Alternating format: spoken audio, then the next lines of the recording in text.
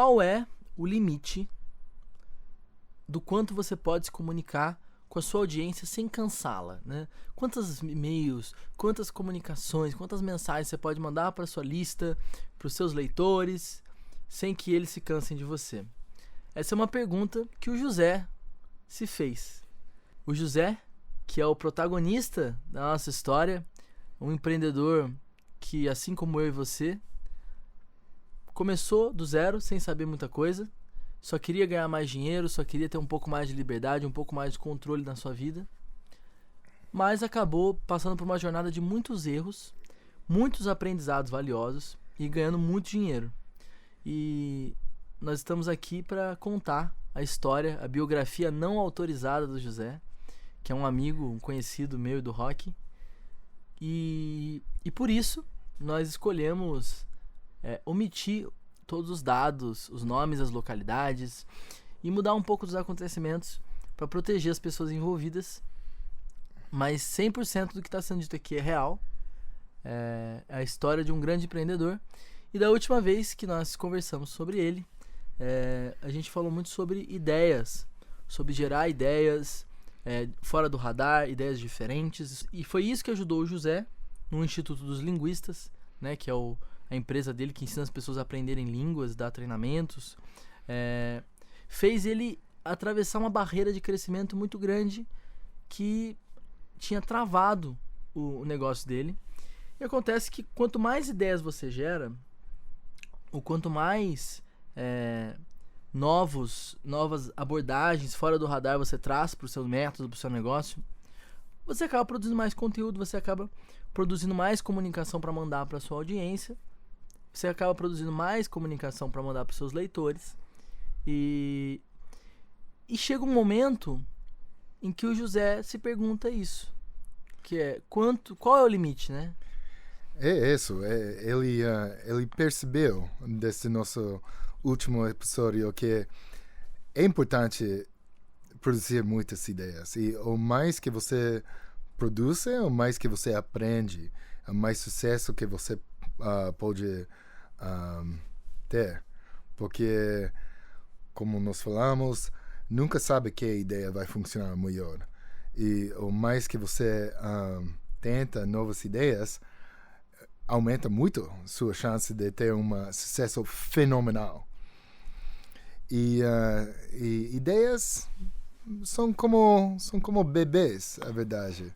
Você não sabe exatamente como vai crescer. E nessa época, a terceira criança do José foi... Nasceu, né? Nasceu.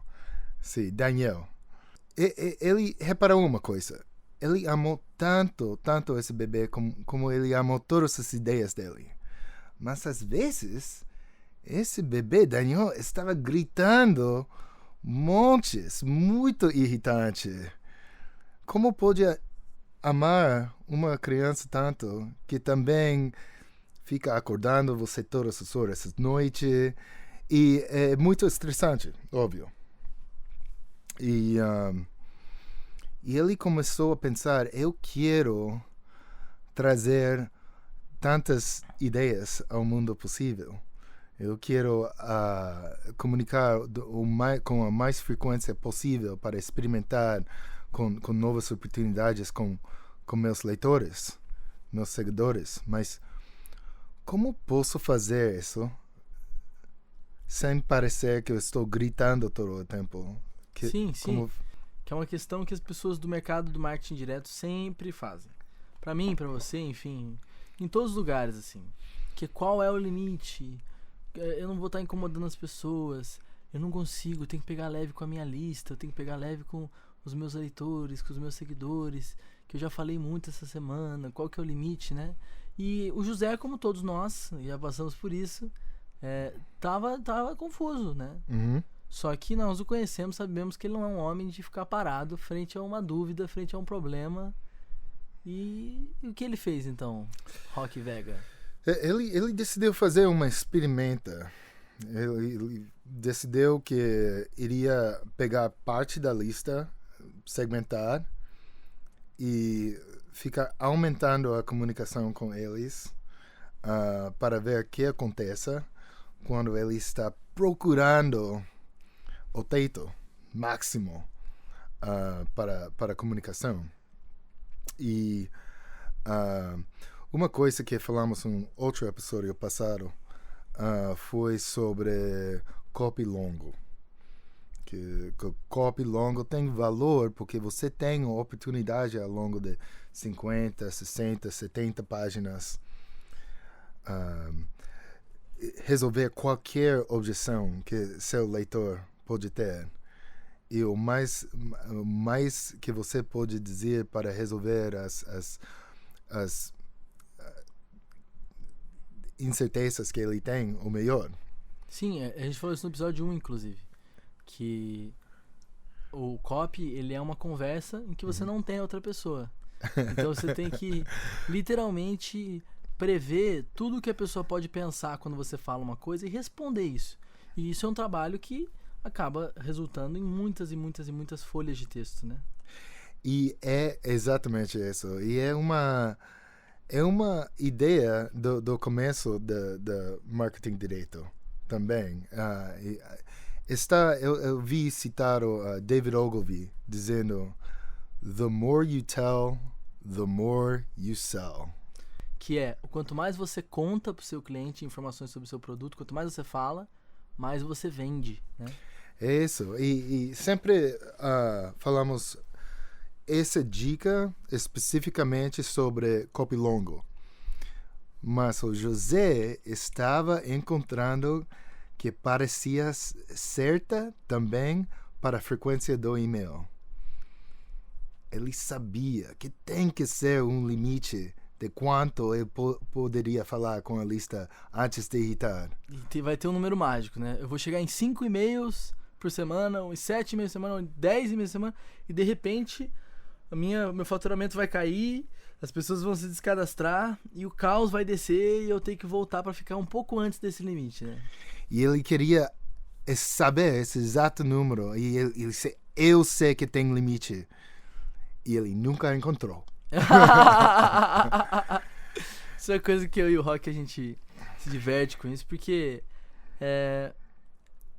quanto mais a gente olha pra isso, e quanto mais eu converso isso com ele, quanto mais ele testa isso com os clientes dele, eu testo isso com os meus clientes, mais a gente vê que não tem limite, né? Que você realmente pode falar com a pessoa muito, todos os dias, com frequência, mandar 2 e-mails por dia, se for o caso, dependendo do momento que tiver no seu negócio, se tiver um motivo para mandar esses e-mails, que toda vez que você precisa fazer um disparo a mais, que você precisa trazer mais conteúdo, trazer mais ofertas, se você faz isso da maneira correta, não há um limite. Não existe isso de lista cansada, de lista irritada. Quanto mais e-mails você mandar, mais você vai faturar e mais satisfeita a sua lista pode acabar ficando com você. Só que é aí que entra um adendo, que é sobre o conteúdo que você coloca nesses e-mails e sobre o valor que você gera. Porque fazendo uma relação disso que o José descobriu, o negócio dele, que a gente observa muito também, com o futuro do marketing direto no Brasil e com o que anda sendo feito nesse mercado na última década, né, e que vai ter que mudar, é que as pessoas, elas têm uma tendência primeiro, elas têm medo de e-mail. A gente conversou sobre isso um pouco antes de começar a gravação. O quanto as pessoas têm medo de e-mail. Que parece que no Brasil as pessoas acreditam que seus seguidores no Instagram são mais importantes do que sua lista de e-mail. O que vários negócios fazem hoje de enterrar as listas de e-mail, de ignorar as listas de e-mail, de engavetar as listas de e-mail, não usar. E isso vem um pouco dessa coisa que a gente falou, inclusive, no episódio 1, quem não ouviu, ouça, de achar que o marketing é digital, que a gente tem que mandar em um monte de ferramenta, em um monte de plataforma, e esquecer que na verdade é marketing direto, né? E para ser marketing direto, tem que ser direto com a pessoa, você tem que ter o contato dela. Então o marketing direto, ele acontece no e-mail, na mensagem. No Facebook, no Instagram, você tem um intermediador, você tem uma pessoa. Então é bom lembrar também que a quantidade de e-mails que você manda também é a quantidade de vezes que você consegue atingir o seu cliente sem precisar de um middleman, sem precisar de um pedágio ali, que é o algoritmo do Facebook, o algoritmo do Instagram, o algoritmo do YouTube, que é você fazer tráfego, né? Você está diretamente mandando aquilo para a pessoa e ela só precisa abrir, né? Então esse é um primeiro ponto que é muito interessante desse experimento do José, né? Você falou tantas coisas importantes, não sei onde começar, mas quero dizer primeiro o que José aprendeu. Possivelmente a coisa mais importante é que ele cansou de produzir ideias interessantes antes do que a lista dele cansou de ouvir ideias interessantes. Muito bom, muito bom. Esse é o desafio. Se você está produzindo coisas que pessoas querem ouvir, que pessoas querem escutar, aprender, não tem limite. Porque se você me manda ideias douradas todos os dias, 10 vezes por dia, se eu não consigo ler, eu vou guardar eles e ler quando eu posso.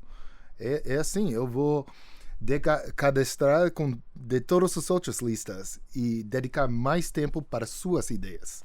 Assim que funciona o mundo. Se você tem um problema de cadastramento de pessoas saindo, se você tem esse problema, é problema de suas ideias, não é problema de sua frequência. De e-mail, né? É outra coisa. E eu falei, the more you tell, the more you sell, mais que você conta, mais que você vende.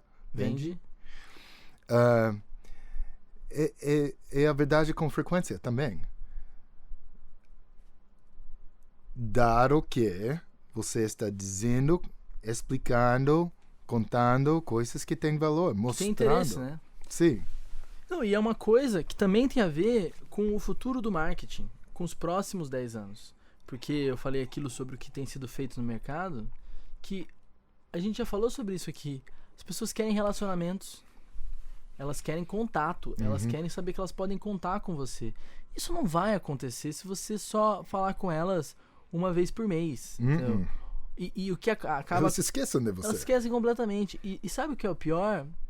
Que quando você produz conteúdo só nas suas mídias, eu não estou dizendo que você não deve produzir conteúdo, você deve produzir conteúdo, tanto que a gente está fazendo isso agora, é que quando você produz conteúdo nas mídias, tem que ser uma escolha da pessoa te procurar, ou te achar, ou parar para te ouvir. Quando você manda o conteúdo na caixa de entrada dela, você está falando, eu quero falar com você, não com todo mundo que me segue, mas com você, eu estou mandando um e-mail para você. E o poder disso é que quando você faz isso com frequência, você está mostrando que você está investindo na sua relação com aquela pessoa. E quando você for vender, e mesmo que você venda em todos os e-mails, se você trouxer valor junto, a pessoa vai falar, tudo bem, essa pessoa investe na relação comigo. Enquanto que o que acaba acontecendo hoje, e que vai ter que parar de acontecer se você quiser sobreviver na próxima década do marketing, as pessoas estão mandando e-mail só para vender. Elas produzem conteúdo nas mídias sociais e só produzem e-mails para vender. Cara, eu vi tantas coisas que é difícil, bem difícil para eu acreditar que existe sobre e-mail aqui no Brasil. Esta semana estava fazendo uma consultoria, falei com uma pessoa com 30 mil e-mails de usuários, que pessoas que compraram as ofertas dele, e ele nunca falou com eles por e-mail. E ele tem produtos muito bons, e ele foca muito em revender por telefone e por WhatsApp. Nunca mandou um e-mail para compradores. A verdade, Black Friday foi a primeira vez e funcionou. Claro. Vai funcionar. Só isso é uma coisa. E também ele falou que ele está contratando uma especialista em e-mail. Eu nunca na minha vida ouvi sobre esse conceito. Para todos os negócios que eu conheci até chegar aqui no Brasil, e-mail é o principal canal de vender. Nós somos os especialistas em e-mail, né? Digital marketing, se você quer falar sobre marketing digital, é e-mail. E todo o resto são canais que você pode usar para só... A verdade, para ter opções... Sim, é importante dizer, você pode ter outros canais. Sim. Você pode ter um WhatsApp, você pode ter um Telegram, você pode ter o Instagram, você pode ter, enfim, todas as suas plataformas para produzir conteúdo, para avisar das coisas. Mas no fim do dia, o único contato que você tem da pessoa, que é um contato que ela tá acostumada a abrir, que é um contato que ela te deu, que ela percebe que você mandou essa mensagem para ela e que é o seu ativo, porque se amanhã o Facebook fechar, o Instagram fechar, o YouTube fechar, se tudo fechar, você ainda tem o e-mail dela. Obrigado por dizer isso. Esse é o assunto mais importante. Ao final das contas, estamos falando sobre o futuro. Estamos falando sobre 2020, a próxima década até 2030. O que vai acontecer? Você não pode confiar em nenhuma tecnologia que existe agora. Você tem dois recursos que você pode confiar. E-mail e sua página. Sua página da web. Não sua página Facebook, não sua perfil no Instagram. Não pode confiar em nada. E se você for olhar, é a única ferramenta que sobreviveu, tipo, 30 anos de internet quase. Uhum. Porque, apesar do Brasil ter começado o digital marketing, né, e o marketing direto na internet há 10 anos, os Estados Unidos, desde 1995, 1996, já tem algumas pessoas trabalhando, fazendo coisas. E veio o Facebook, e veio o MySpace, e veio, enfim... Sabe, eu quero saber quantos negócios aqui no Brasil estavam baseados com firme base em Orkut. Quantos teve seguidores para crescer um negócio? E você acha que Orkut foi antes do marketing digital aqui no Brasil? Eu acho que foi antes. Mas eu sei que, por exemplo, teve muita gente... uma época, por exemplo, o Gary Vee, ele cresceu muito no Twitter. Uhum. Muito. Okay. Mas depois o algoritmo mudou e foi impossível para ele. Uhum. E hoje ele usa de outras formas, né? Ele mesmo conta isso. E eu sei que tem muitos negócios, por exemplo, que já foram, por exemplo, construídos em lives de Facebook, uhum. né? Eu já tive clientes que construíram o negócio deles em lives de Facebook e que hoje não é a mesma coisa. Hoje não tem mais isso. Agora é o Instagram. Mas a verdade é uma só. Amanhã muda o algoritmo. Pra onde nós vamos? Né? Pra onde nós vamos? E aí tem alguém que tá ali há 2 anos, 3 anos, 5 anos, mandando e-mail pra lista, construindo uma relação, conversando, mandando conteúdo de valor. E aí outra pessoa que tem que começar do zero. Você tem um negócio que já tá faturando, que tá grande, no Instagram, no Facebook, enfim. E aí muda o algoritmo, você tem que começar do zero o seu negócio. Porque ou você bloquear, ou mudar a política, ou quem sabe, qualquer dia os Estados Unidos pode separar Facebook em 4 empresas diferentes. É um risco enorme. E se você tem e-mail e você tem sua página no seu domínio e você manda um e-mail para vender na sua página, você já tem controle de um ecossistema inteiro. A verdade, nos Estados Unidos, principalmente, usamos essas ferramentas como Twitter, Instagram e todo esses Facebook para gerar leads. Essa ideia, leads seria... cadastros, né? Leitores no e-mail. Sim. Para e-mail. Sim. So, encontrar novas pessoas, sempre atraindo eles, novos leitores para seu e-mail, para ler seus e-mails. Esse ferramenta de vender diretamente de um terceiro não é tão forte como é aqui. Não é o foco. E o fato é que... posso dizer mais uma coisa sobre claro. isso? Porque uma coisa que vai mudar, está mudando já, nos últimos anos, eu vi o custo de comprar tráfego no Brasil já dobrando, triplicando, e está chegando aos preços dos Estados Unidos. E todos os negócios funcionam. Quase todos no Brasil. Tráfego pago, quase todos. Sim, porque ainda os preços são muito baixos. Mas quando chega a preços dos Estados Unidos, da Austrália, que fica 25 dólares australianos para comprar, que é quase o mesmo com o dólar normal, dólar americano. Esse modelo não funciona. É 25 o modelo dólares o lead? É fácil. Por Google Search, sim. Nossa. E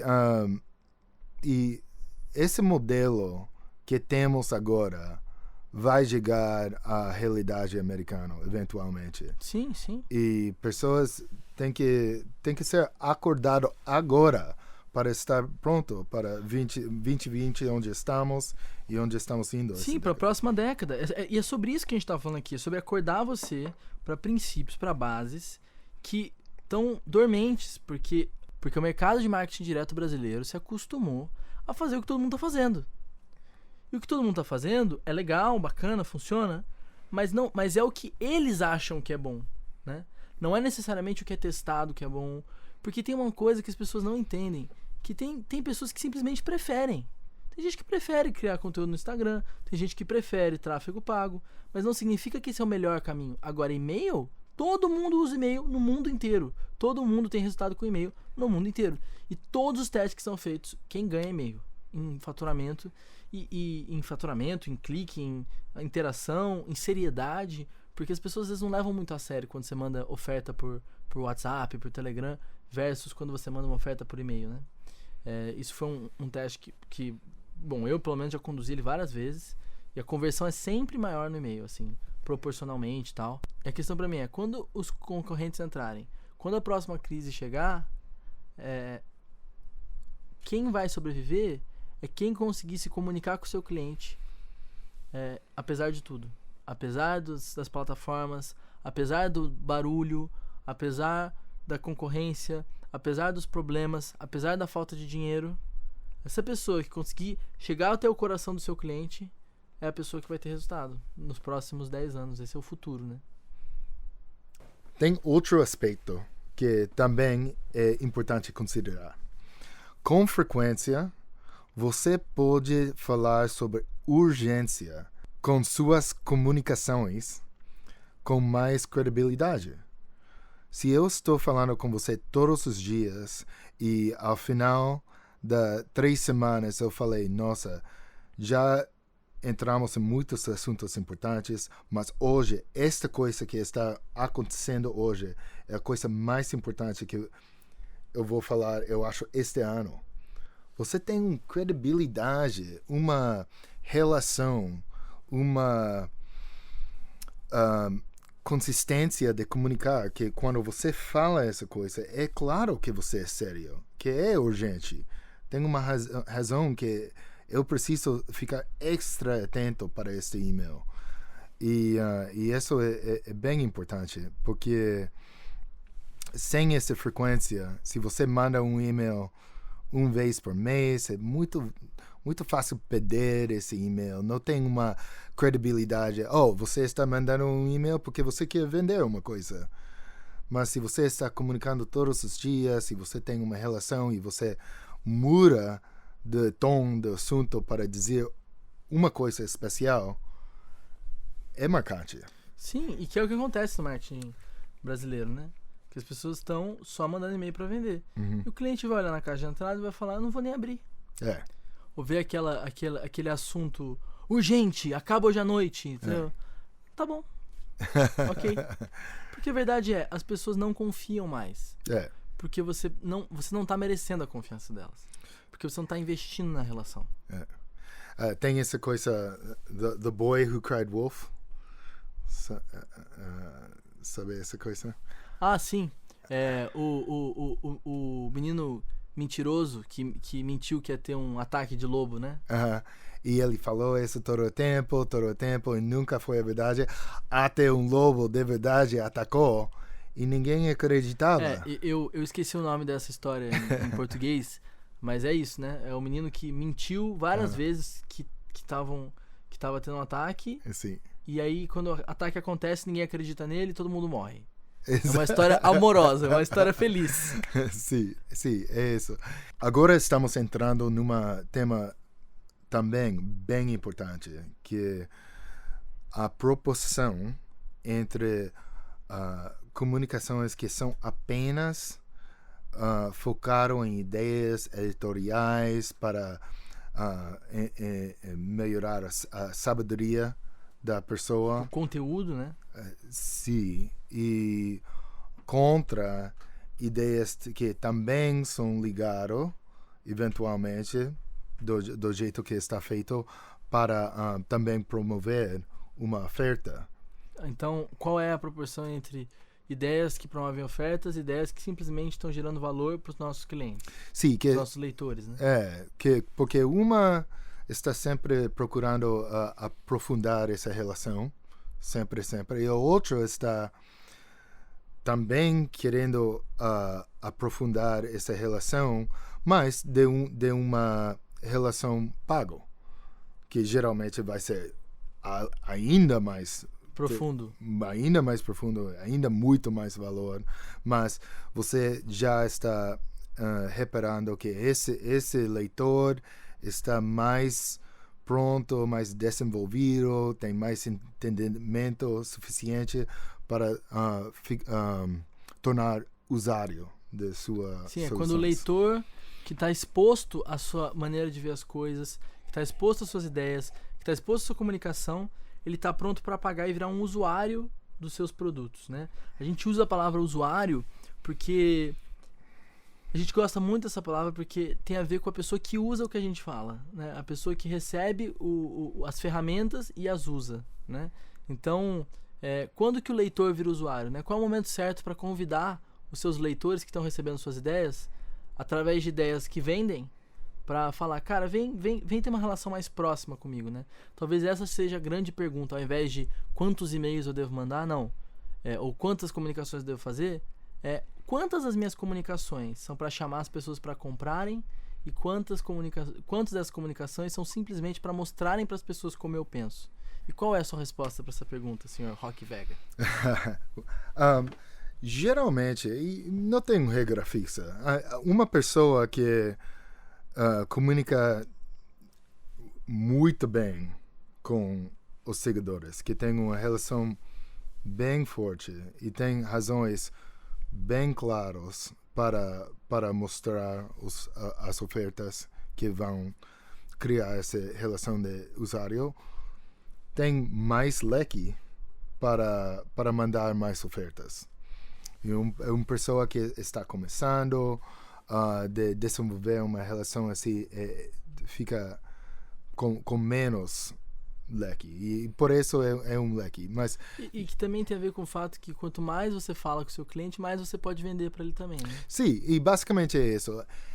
Vamos dizer que uma proporção normal é como por cada 2, 3 mensagens que você está mandando grátis apenas para ter essa relação e para compartilhar sua perspectiva, sua opinião, suas ideias, você pode mandar um mensagem focado em venda.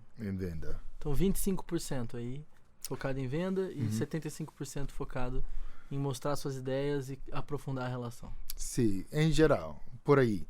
E por isso, com a proporção certa, você pode escalar muito na frequência e quantidade em geral que você está mandando essas mensagens. Sim, e é isso que realmente constrói a única coisa que importa nesse negócio, né? Que é a nossa relação com os nossos leitores, com os nossos usuários.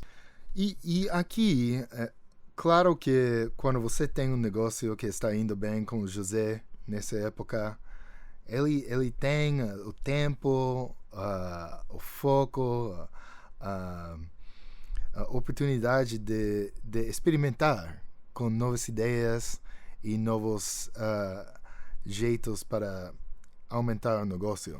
O e-mail, os muitos e-mails, né, as muitas comunicações, na proporção certa, viram um círculo virtuoso de teste, resultado e crescimento. Exato. Que carrega o negócio através dos altos e baixos. Que carrega o negócio, não importa a situação, não importa a crise, não importa o problema, o seu negócio vai continuar crescendo, porque esse círculo virtuoso de comunicação e de investir na relação vai te levar, né? Pelos próximos anos, pelas próximas décadas.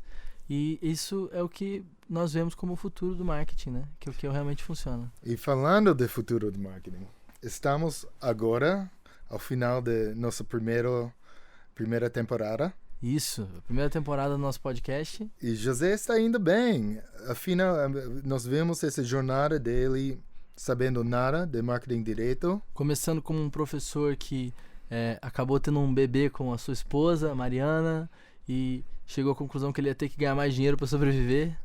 Até onde ele está agora. Mas podemos ver, em temporada 2, a cena vai mudar. A cena vai mudar, porque já vamos dar uns spoilers aqui para vocês. José vai descobrir uma coisa muito interessante, que é uma crise que vem chegando e que vai chegar com tudo. E acho que é uma ótima oportunidade. A gente especificamente escolheu o José para contar a história dele, porque ele teve algumas das situações da vida dele em que tudo mudou. E acho que vai ser uma grande lição para os nossos ouvintes, para você que está aqui comigo agora, com o Rock, para entender como é que um negócio se comporta quando o mundo está derretendo, né? Tempestade está vindo. Podemos ver as nuvens escuras. E acontece em todas as nossas vidas. E as lições que vão chegar nessa próxima temporada podem ser as lições mais importantes para esta época, para ficar pronto para a próxima década aqui no Brasil. Sim, porque isso é uma coisa que o Rock a gente conversa muito e é uma coisa pouco falada, né, nos meios que a gente frequenta, até porque ninguém quer ser mal-humorado, né, o amante da catástrofe, mas nós estamos nesse momento no final do que é o maior mercado crescendo, né, bull market da história. Do Brasil, do mercado digital. E do internacional também. Então, todos os mercados, a gente fala, né, que estão se esticando, né? Eles estão cada vez mais crescendo, mas crescendo um pouco mais devagar. E o fato não de 2000 para 2010, a gente teve 2 crises. De 2010 para 2020, a gente não teve nenhuma crise grande lá fora, a gente teve uma crise no Brasil, mas tudo indica que na próxima década, que nos próximos anos, a gente deve enfrentar novos obstáculos, enfrentar um novo período de recessão, de dificuldade, fora todas as outras coisas de concorrência de tecnologia. Então, acabamos agora nossa primeira temporada, né, do podcast, em que a gente falou sobre começar, sobre as bases do nosso negócio, e voltaremos na próxima temporada para falar sobre crise, sobre como é que você sobrevive frente aos obstáculos e como os negócios desse marketing direto real, baseado em princípios, contando a história inteira, funciona. Foi um prazer estar com vocês aqui. Bulgaro, essa primeira temporada foi um prazer enorme ter essas conversas, explorar esses assuntos que tenho certeza que vai ajudar as pessoas que ficam atentas, que estão escutando, que estão assinando a nossos canais para ficar bem avisado quando começa a nova temporada. Sim. Segue a gente no Instagram, aqui no YouTube, se você estiver no YouTube, nos canais de podcast, qualquer um que você esteja ouvindo, Spotify, Apple. Assina a nossa newsletter, né? Falamos tanto de e-mail hoje, a gente tem e-mail. Tá lá na nossa bio do Instagram ou tá na descrição se você estiver no YouTube. E a gente vai conversando, porque eu e o Rock, a gente tem a pretensão de estar cada vez mais divulgando essas ideias, cada vez mais preparando o mercado brasileiro para o crescimento e para o amadurecimento que vai acontecer nos próximos 10 anos.